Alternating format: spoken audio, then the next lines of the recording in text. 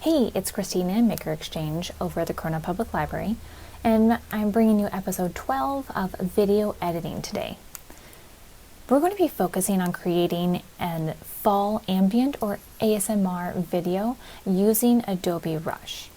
So an ambient video is typically created for relaxation or focus, and it's a soundscape that makes you feel immersed in that environment. My favorite is ASMR Rooms from YouTube. She is very advanced, so if you like creating ambient rooms, she is a great inspiration of what you can do with more advanced software. So here you can see the 3D train that she created herself, the birds, as well as even the details of the tree leaves moving off to the left side. I chose to make a lake fall nature video. So I went over to Pixels and I found this video that was loopable because it was stationary. Here you can see that the wind is moving the water as well as the leaves. And additionally, we can see there's a little few leaves in the background moving, which is perfect because that creates additional animation that we don't need to do. I also went over to Freesound to look up different sounds that I wanted to add.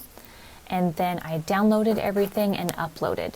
As you can see, everything is a little shorter than I would desire, so I just duplicated to the point of where I wanted the video to end. I usually prefer an hour-long video, but for the sake of this video, we are just going to do a 10-minute video.